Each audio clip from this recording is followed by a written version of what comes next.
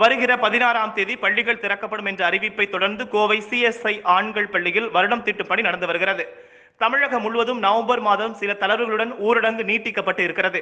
அதில் பள்ளிகள், கல்லூரிகள் வருகிற 16ஆம் தேதி முதல் செயல்பட அனுமதி அளித்து தமிழக அரசு சமீபத்தில் உத்தரவிட்டது. பள்ளிகளை பொறுத்தவரையில் 9, 10, 11, 12ஆம் வகுப்புகள் மட்டும் செயல்பட அனுமதி அளிக்கப்பட்டுள்ளது. இந்த நிலையில் வருகிற 16ஆம் தேதி பள்ளிகள் திறக்கப்படும் என்ற அறிவிப்பை தொடர்ந்து கோவை CSI ஆண்கள் பள்ளியில் வருடம் தீட்டும் பணியும், பள்ளி ஊழியர்கள் வகுப்பறையை சுத்தம் செய்யும் பணிகளும் நடைபெற்று வருகிறது.